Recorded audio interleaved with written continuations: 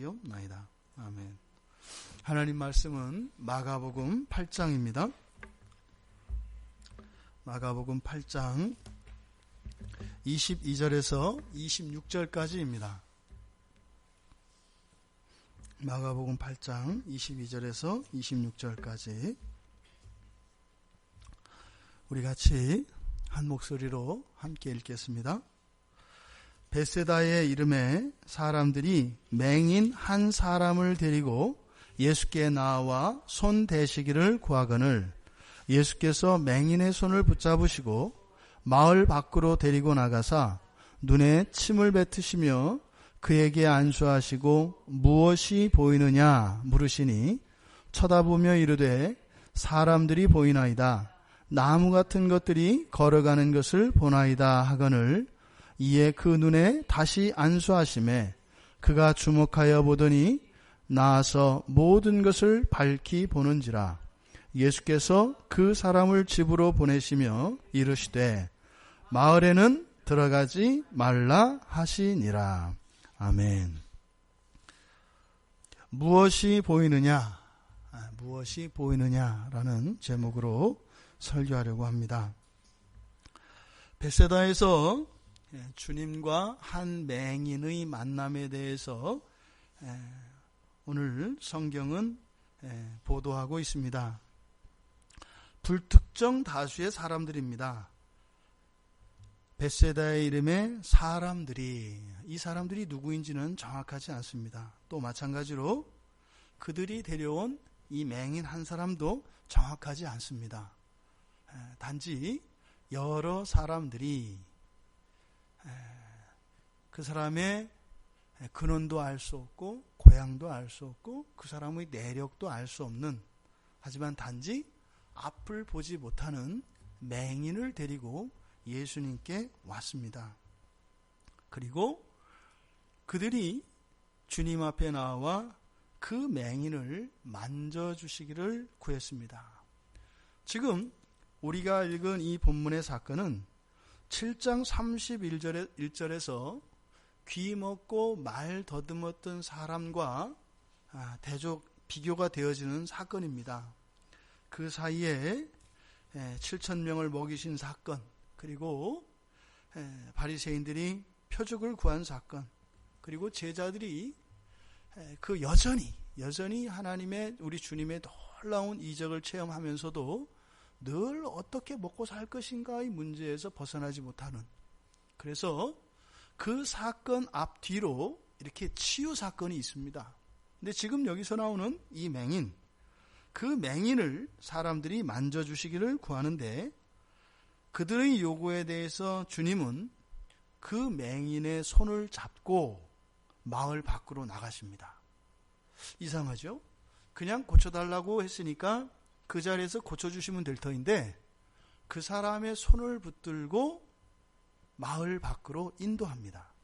그리고 그곳으로 가서 그의 눈에 침을 뱉으시고 손을 얹습니다. 그리고 무엇을 볼 수 있는가를 물었습니다. 그때 그의 눈이 드디어 열립니다. 그런데 보이기는 보이는데 정확하게 본 것이 아니라 사람이 보이긴 보이는데 나무 같은 것이 움직인다, 이렇게 이야기를 합니다. 그러니까 이 사람은 날 때부터 소경이 아닙니다. 왜요? 나무를 정확하게 알고 있습니다. 그리고 사람을 구별합니다.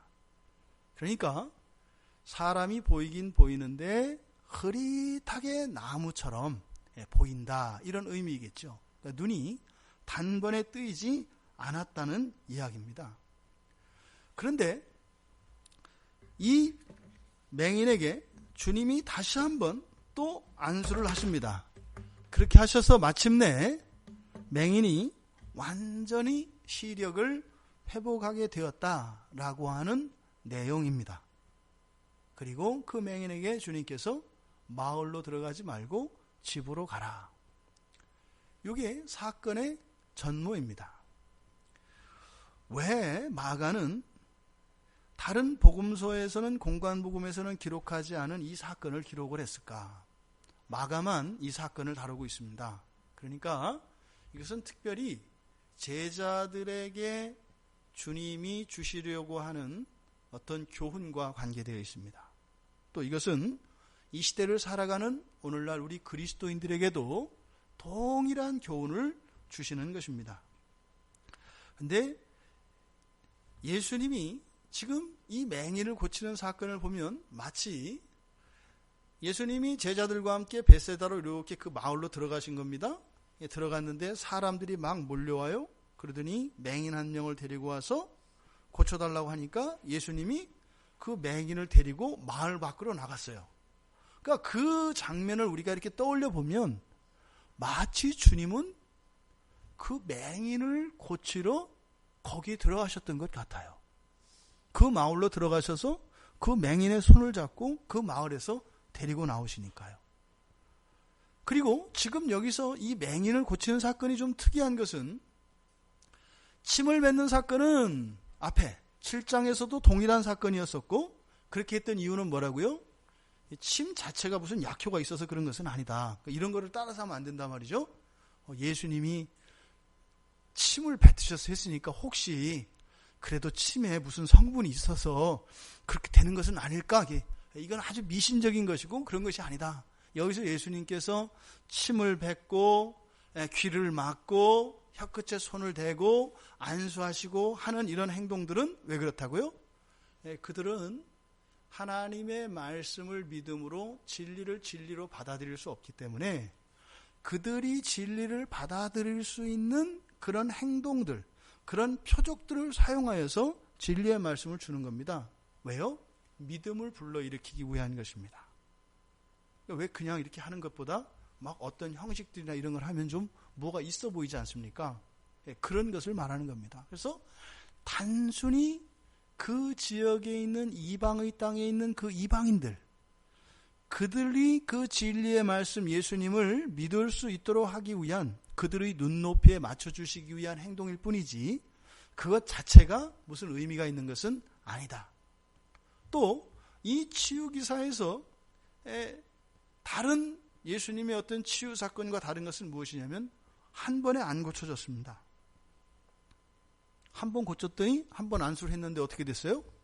완전히 낫지 않고 흐릿하게 뛰어졌다 이 말입니다. 그러니까 예수님이 어떻게 했어요? 다시 한 번 하셨습니다. 그러니까 예수님은 하나님이신데 그러면 예수님이 마음만 먹었다면 단번에 고치실 수 있을 텐데 더한 것도 고치셨는데 말입니다. 그런데 지금 마가는 2번에 걸쳐서 예수님이 고치셨다고 이야기하는 거예요. 그래서 혹자는 이거는 이적이 아니다. 그래서 침을 바르고 안수하고 하는 어떤 특별한 의료 행위였다. 이렇게 이제 해석을 하기도 합니다. 근데 절대 그렇지 않죠. 그것이 일반 법칙적으로 의료 행위로 이렇게 되어지는 것이었다면 예수님이 이렇게 이 맹인을 고치신 사건을 굳이 여기에 기록하지 않았을 것이기 때문입니다. 지금 이 기사를 통해서 우리가 알 수 있는 것은 단번에 고치시는 일이 있고 또 어떻게 해요? 2차례, 3차례, 4차례 나누어서 고치시는 일이 있구나라는 겁니다. 그러니까 예수님이 고치실 때 무조건 한 번에 고쳐주시는 것이 아니다. 여기서는 2차례 했습니다만 필요 있었다면 3차례, 4차례, 5차례도 하셨을 수 있습니다. 이런 한 번과 여러 번을 얘기하는 겁니다. 지금 왜 이 맹인의 사건을 마가가 여기다 기록하고 있었을까요? 지금 맨 처음에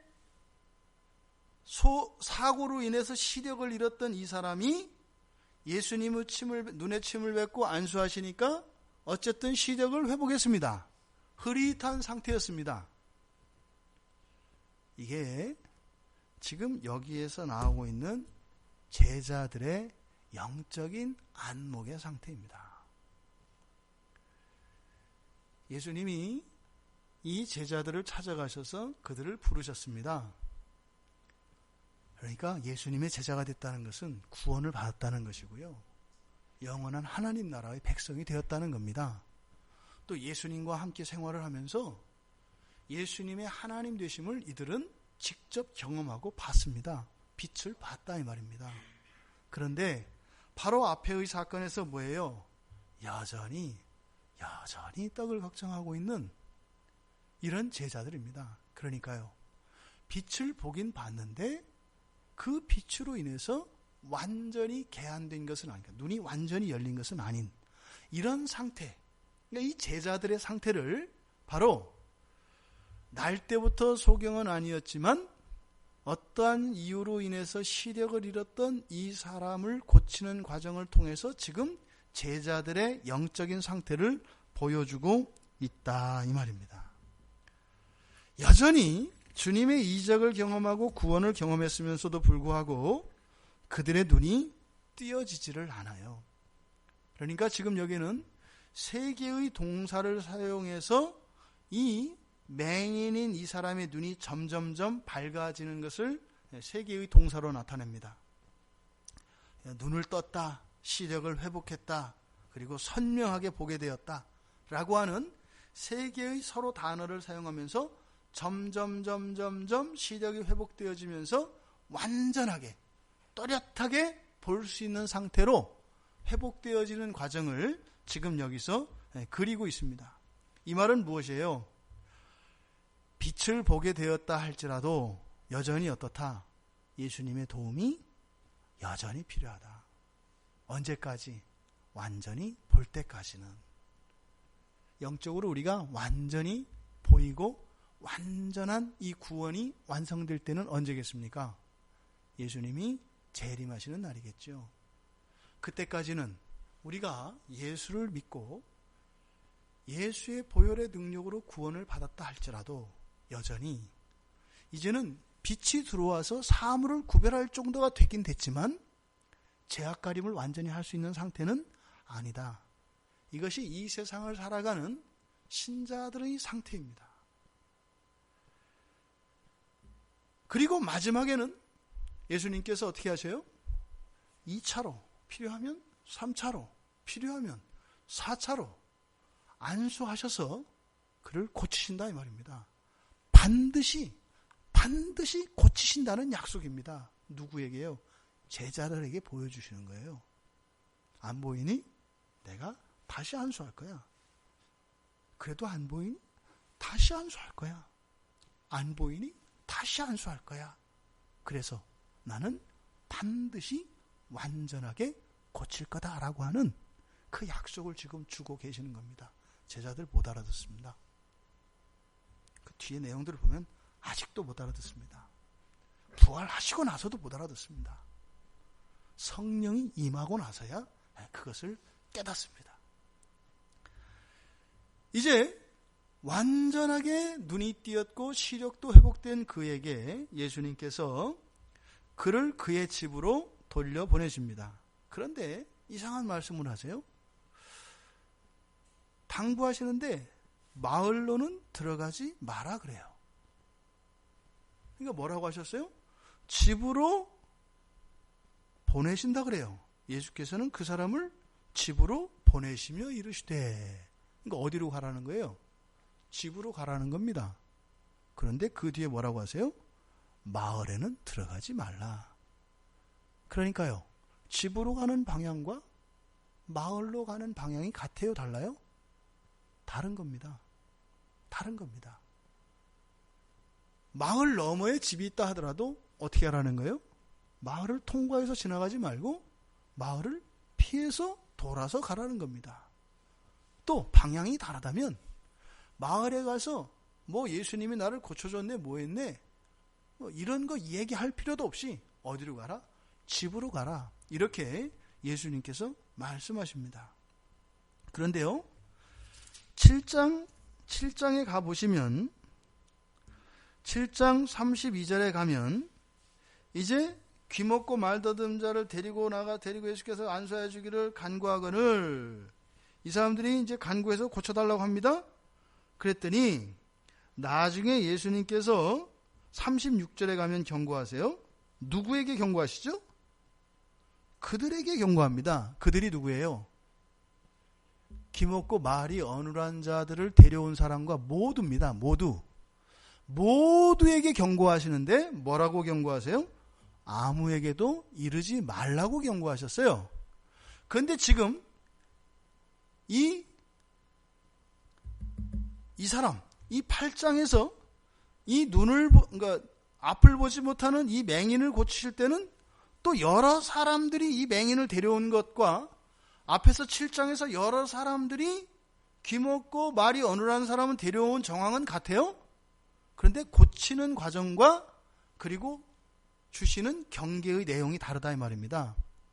여기서 우리가 알 수 있는 사실이 있는데 지금 앞에서 7장에서 고쳤던 말이 어눌했던 귀먹은 사람과 이 사람들의 관계, 이 마을 사람들과의 그 관계와 지금 여기서 앞을 보지 못하는 이 사람들의 관계가 다른 것을 우리가 알 수 있습니다.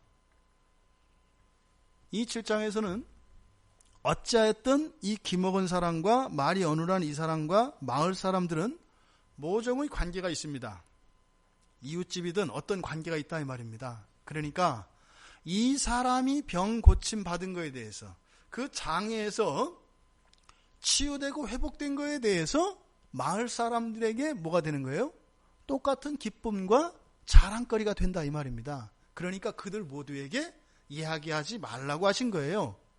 그런데 지금 여기서 이 앞을 보지 못하는 맹인을 고친 사건에 대해서는 사람들에게 이야기하는 것도 아니고 심지어는 그들과 완전히 분리시켜서 데리고 나옵니다. 그러니까 이 맹인을 회복시키시고 치유하시는 과정이 언제부터인 거예요? 붙잡고 나올 때부터인 거예요. 그러니까 단순히 이 맹인은 뭐예요? 눈만 띄워준 사건이 아니에요. 그의 삶 자체를 회복시켜 주시고 구원해 주신 거다 이 말입니다. 어떤 차이가 있어요? 앞에 말이 어눌하고 귀먹었던 사람은 그래도 누구예요? 마을 사람이에요. 이 맹인은요, 괄시 받던 사람인 거예요. 데리고 나오신 이유가 그 마을에서 생활하는 것 자체가 이 맹인에게는 앞을 보지 못해서 겪는 신체적인 장애만큼이나 고통스럽고 어려운 삶을 살았던 겁니다. 그러니까 데리고 나오시는 거예요. 그리고 어떻게 해요? 가지 말라는 거예요. 여러 가지 이유가 있을 수 있습니다. 사람들에게 때로는 모욕도 당하고 무시도 당하고 심지어는 앞을 못 보는 사람이니 주먹 많은 아이한테 늘 이길 재간이 있겠어요? 돌을 던져도 맞을 수밖에 없죠. 기다란 막대기로 무슨 동물을 부리듯이 그렇게 놀려도 할 수가 없겠죠. 그랬던 사람이 이제 눈을 뜨게 됐으니 어떻게 했겠어요? 안갚음하고 싶은 마음도 있었겠고 또 봐라 보여주고 싶은 마음도 있지 않았겠어요? 그런데 주님은 가지 말라는 거예요. 의미 없다는 거예요. 눈이 띄어졌으니까 집으로 가라고 하는데 바로 이 사람이 이 마을, 이 베세다에 거주했던 것은 그러니까 뭐예요? 맹인이 되고 나서 어떤 내막인지는 모르겠지만 집을 떠나서 지금 이 마을에서 거렁뱅이처럼 동냥을 하면서 근근히 생명을 유지하고 살았던 사람인 겁니다. 그러니까 이제는 가족의 품으로 돌아가서 정상적인 그런 삶을 살라고 예수님이 지금 여기서 말씀하고 계시는 거죠. 지금 여기에 소개되고 있는 앞을 보지 못하는 이 맹인, 이 맹인은 우리들로 적용을 한다면 아직 예를 들어서 사고로 눈이 멀었은 거니까 그러면 이 사람이 예전에는 눈을 떴던 사람이에요. 그죠? 그런데 보지 못했어요. 이것을 우리가 구원과 관련한다면 뭐겠습니까? 하나님이 구원하실 백성인 거예요. 이미 창세전에 그 이름을 부르신 거예요. 그런데요, 거듭나지 않아서 아직 눈이 띄어지지 않은 거예요. 그러니까 지금 아직 거듭나기 전인 사람이라고 볼 수 있어요. 그러니까 지금 구원이 진행 중에 있는 사람이죠. 이제 곧 거듭나겠죠. 하지만 그 전에 있는 사람입니다. 그 사람을 주님이 찾아오신 거죠. 또 이럴 수 있습니다. 한번 주님께서 손을 안수하셔서 보실 때 이제는 눈이 띄었어요. 그러니까 이 사람은 어떤 사람이에요? 거듭난 겁니다. 진리가 뭔지 알아요. 예수님이 누군지 알아요. 우리가 그저 이 세상 살다 끝날 사람들이 아니라 영원한 그 삶이 있다는 것을 알아요. 막연히 알아요. 근데 그게 확정적으로 내 삶의 원리로 들어와 있지 않은 겁니다. 이게 지금 여기서 소개되고 있는 이 맹인의 상태입니다. 그러니까 거듭났음에도 불구하고 아직 불확실한 겁니다. 확신 안에 거하지 않는 겁니다. 그러니까요, 앞에 돌뿌리가 있으면 가다가 넘어집니다. 아주 큰 게 있으면 이렇게 돌아는 가겠습니다만 작은 돌뿌리들이 있으면 거기에 걸려서 어김없이 넘어지는 겁니다. 그리고 턱도 아주 깊으면 그것을 크니까 구별할 수 있겠습니다만 작고 흐릿한 거에서는 또 여지없이 넘어지는 겁니다.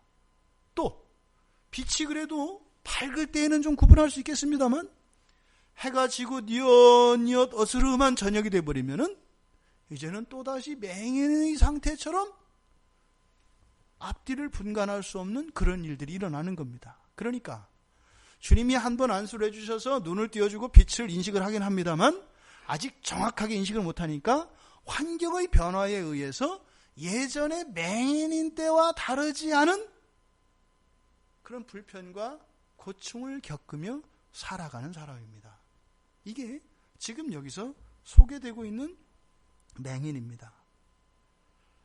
어찌하여든 이들은 모두 거듭나기 전의 상태이든 거듭나고 나서 아직 확신 안에 거하지 않고 나를 구원하신 예수가 정말 나의 주님이 되어서 이 세상과 타협하지 않고 그 신앙을 붙들고 살아갈 수 있는 확신 안에 거하는 그 사람이 되기 전까지 어떠한 상태에 있든 모두 주님의 도움이 필요하다는 겁니다.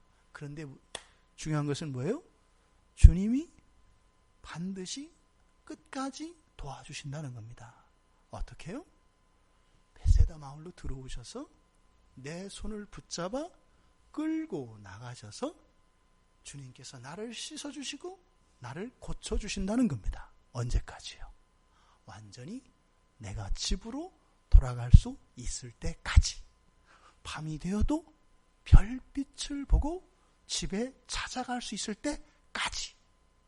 빛이 거의 없어도 달빛과 어둠 속에서도 넘어지지 않고 집으로 갈 수 있을 때까지 주님이 반드시 회복시켜 주신다는 겁니다. 그런 그에게 예수님이 계속 질문을 던지셨습니다. 뭐라고 하셨어요? 내가 무엇이 보이느냐? 무엇이 보이느냐? 이렇게 물어보십니다. 그랬더니 맨 처음에 이 맹인이 뭐라고 그랬어요? 나무 같은 것들이 걸어가는 것이 보입니다. 사람을 그렇게 얘기하는 거죠. 우리에게, 여러분들에게 주님이 계속 묻습니다. 무엇이 보이느냐?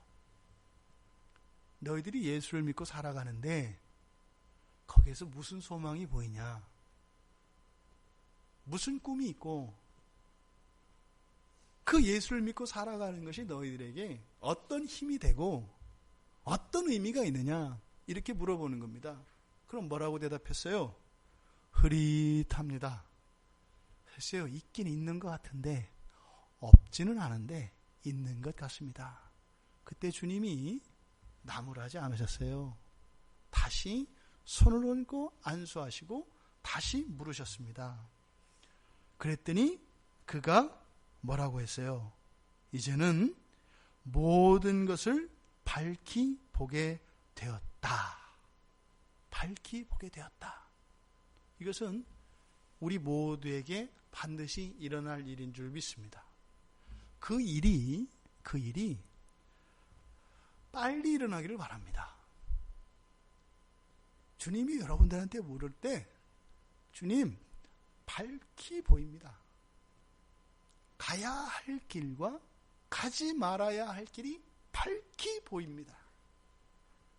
내가 해야 할 것과 하지 않을 것이 밝히 보입니다. 이렇게 고백하실 수 있는 여러분들 되시기를 바랍니다. 주님의 약속, 제자들에게 주시는 주님의 약속이 이 맹인을 치유하는 사건을 통해서 제자들에게 용기와 소망을 주시는 겁니다. 너희들이 나의 제자다. 내가 너희들을 완전하게 구원할 것이다. 라고 하는 그 약속이 지금 여기에 있는 겁니다. 그런데 여기에 보면 이 마을이라고 하는 단어, 그런데 왜 주님께서 마을에 들어가지 말라고 하셨을까? 그래서 아까 말씀드렸던 것처럼 이 사람이 그 마을에서 사는 것 자체가 바로 구원과 관계되어 있구나, 이렇게 유추를 하게 된 겁니다.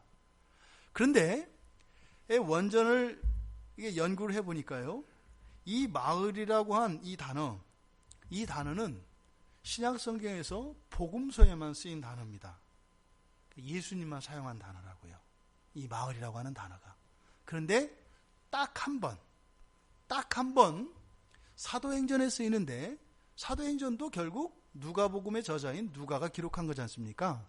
그래서 사도행전의 8장 25절에 보면 사마리아인의 여러 고을 할 때 그 고을이라는 말에 바로 이 단어를 똑같이 사용합니다. 그러니까 복음서 이후의 서신서에서는 이 단어를 쓰지 않아요. 전혀 나타나지 않습니다. 그래서 보통 성읍이라고 하는 단어를 쓰는데, 여기에 나타나는 마을은 뭐냐면 그런 겁니다.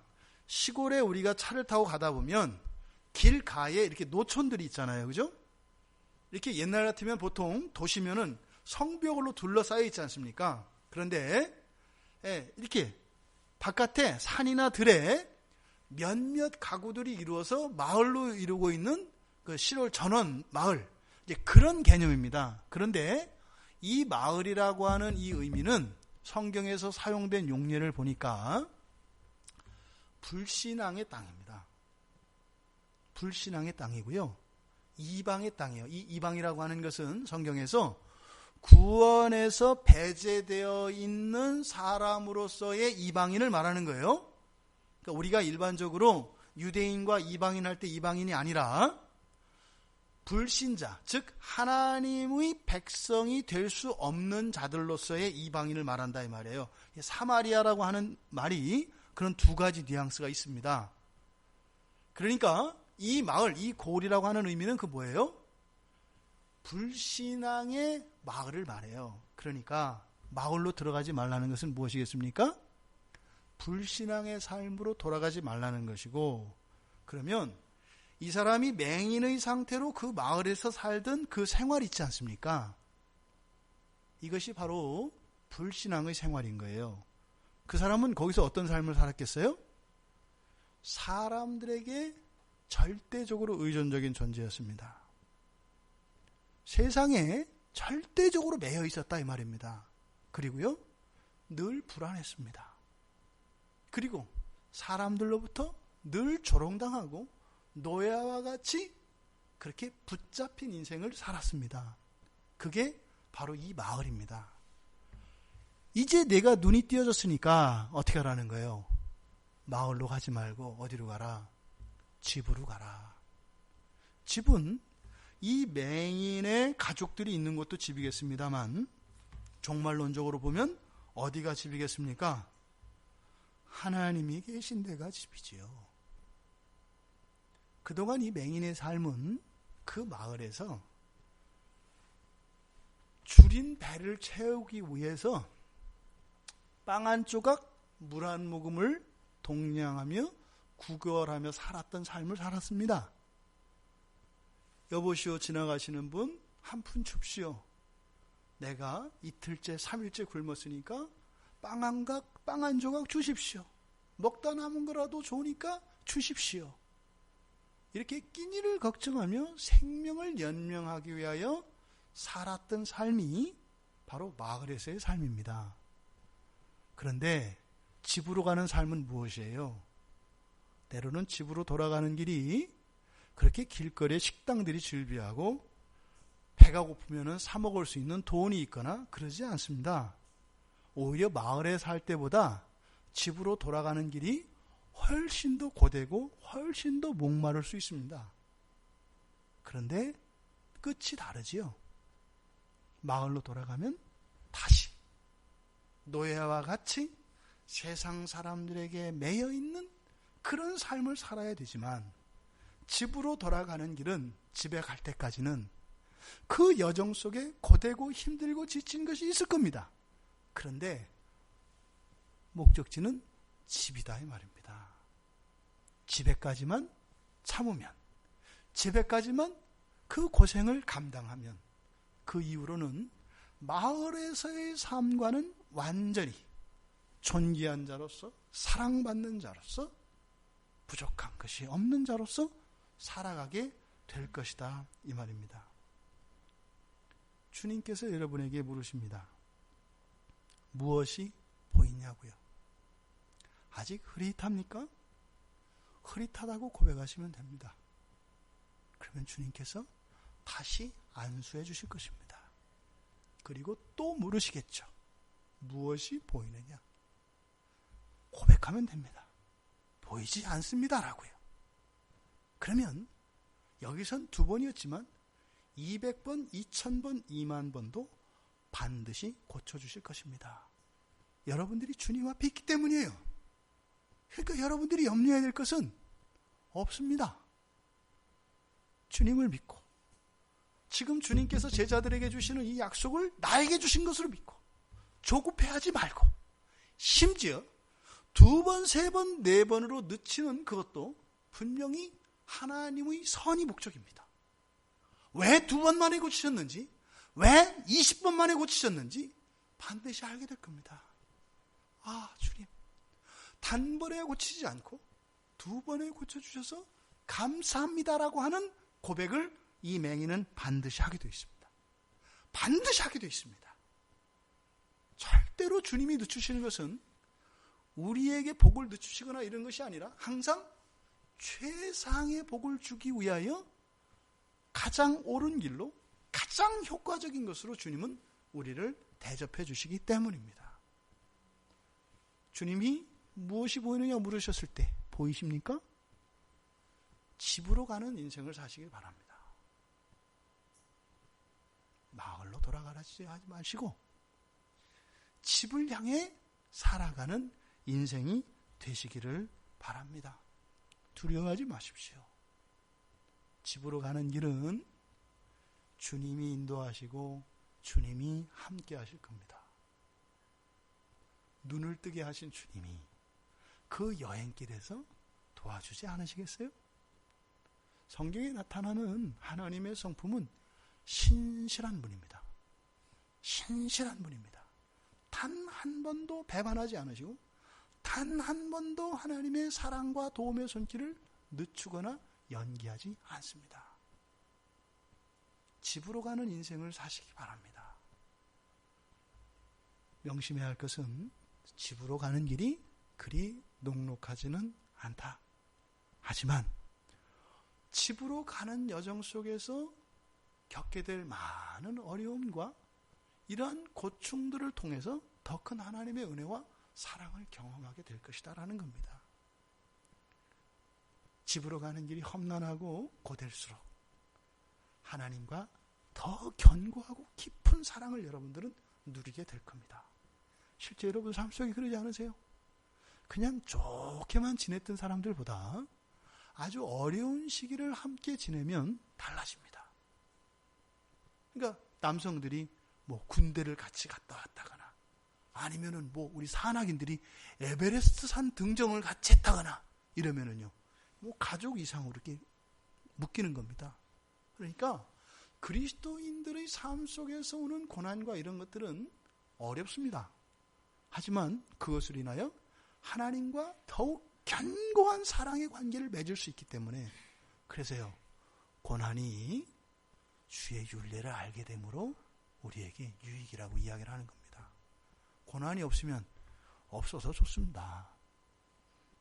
고난이 있으면 그것으로 인해서 내가 자원하여 나아가고 더 커질 수 없는 사랑의 분량과 하나님과의 친밀감이 견고해지기 때문에 더 좋습니다. 여러분, 주님께서 여러분이 물으시는 이 질문에 여러분들이 어떤 때는 확실히 보입니다 라고 대답할 때가 있을 겁니다. 그때는요, 믿음으로 집을 향하는 길을 걸어가시면 됩니다. 그런데 주님께서 무엇이 보이느냐 했을 때 보이지 않을 때가 있을 것입니다. 섣불리 움직이지 마시고 불안감에서 그저 막연하고 흐릿한 것을 잘못 생각해서 그것을 믿음이라고 그것을 향하여 무모하게 돌진하는 일들은 삼가하시기 바랍니다. 오히려 주님이 확실하게 보여주실 때까지, 주님, 저는 보이지 않습니다. 저는 나아갈 수 없습니다. 주님, 한 번 더 저에게 안수하여 주시옵소서. 그래서 분명히 눈을 열어주시고 그것을 보여주실 때마다 아버지 계시는 그 집을 향하여 살아가시는 복된 여러분들 되시기를 주님의 이름으로 축원합니다. 우리 같이 말씀을 생각하며